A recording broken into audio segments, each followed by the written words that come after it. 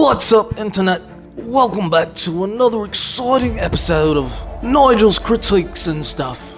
I'm your host, Nigel. I'm gonna be telling you my thoughts on movies that I've been watching this week. And today I'm gonna be breaking down what I thought about the movie Jurassic World Dominion. Or as I like to call it, Jurassic Park Volume... What are we up to now? Like 37, something like that, I don't know. But Jurassic World Dominion, we're picking up about 4 years after the last Jurassic World fiasco. We've got Chris Pratt returning as Star-Lord. We've got... hold up. He's not Star-Lord in this one. That's right. He's just a one-dimensional actor. Gotcha. Let's take it from the top. We've got Chris Pratt coming back as Owen, the dinosaur trainer guy, and we've got the gorgeous Bryce Dallas Howard coming back as Claire. Oh, she's so hot. She's the hottest. Love those juicy red lips of hers. The red hair, the red lips, the smile. She can smile at me anytime.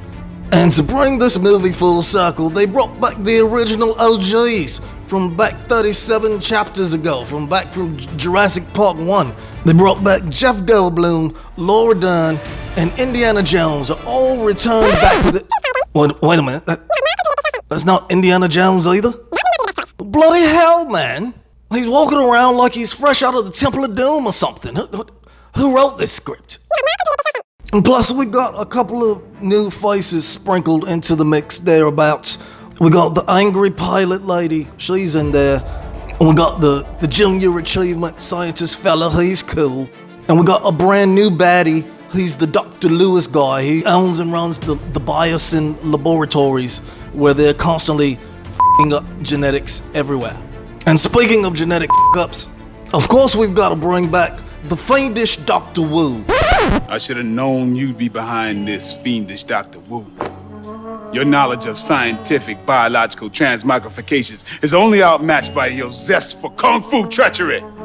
Because without the fiendish Dr. Wu, none of these genetic f***ups would have been made possible. He's like, oh, there's still some genes I can splice and f*** up what's left of humanity and the world civilization as we know it. Oh yeah, sign me up. Now, one thing to understand about the whole Jurassic scenario, the Jurassic saga, if you've seen one Jurassic Park, you've basically seen all Jurassic Parks. It's the same formula, time and time again. Just rinse and repeat. Mad scientist tries to play God. God project goes horribly wrong. Creatures get on the loose and run amok. And shit gets real. The end. It's same shit from 30 years ago.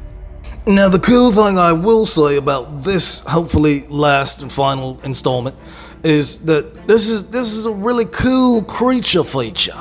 Now if you remember from the last one, they were splicing all types of different animal genes and DNAs and whatever they could find around the laboratory and just throwing into this magical witch's brew. It's like, give me an eye of newt and some bat wings. They were just making this crazy dinosaur cocktail.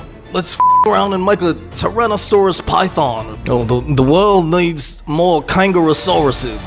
They can jump high. So the fiendish Dr. Wu is still splicing up genetic monstrosities, just throwing them out into the world, see what happens.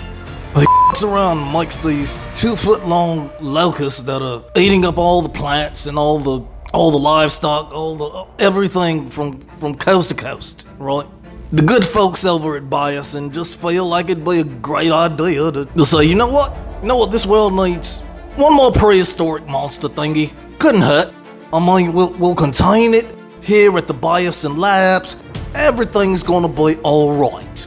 And what continues to amaze me about the Jurassic Park saga, it's no matter how many times they get these wildly creative ideas to bring these dinosaurs back into existence, it surprises them each and every time to find out dinosaurs don't make the best house pets. I mean, who knew, right? So Chris Pratt and the lovely, gorgeous Bryce Dallas Howard, oh, she's so hot. She's so hot. They've been pitching in the foster care for the little girl who everyone thought was a clone of the scientist from the last movie. So they've been sharpening up their parenting skills, watching after her, but the people at Biosyn kidnapped the little girl because she holds the key to hopefully rectifying their latest up with the huge flying dinosaur locust thingies. So we come to find out she's not really a clone. She really did have a mother. The scientist lady really was her mother. She didn't have a father, but anyway, it's science. It's explainable. So she gets kidnapped and has to be rescued off of the Biosyn Island. Which of course, Biosyn Island is basically the new Jurassic Park. This place has got nothing but the finest of mutated dinosaurs as its security system. I mean, they've got flying bird monsters with Wolverine-style claws and talons that can swim underneath the ice, take a dip in the ice-cold Arctic frozen waters, and run faster than a freaking gazelle. It's crazy. So it's like Escape from Monster Island. And yes, the race is on to rescue the little girl, get her back to her parents, all while bringing down the Biosyn Corporation and restoring some version of balance to the whole Jurassic World kingdom. So the plot is pretty see-through, very predictable. Now, with that being said, this movie does have lots of redeeming parts. It's not all bad. It's definitely an action-packed roller coaster adventure ride with tons of chases and shootouts, and of course plenty of monster attacks going on. It's definitely a guy flick.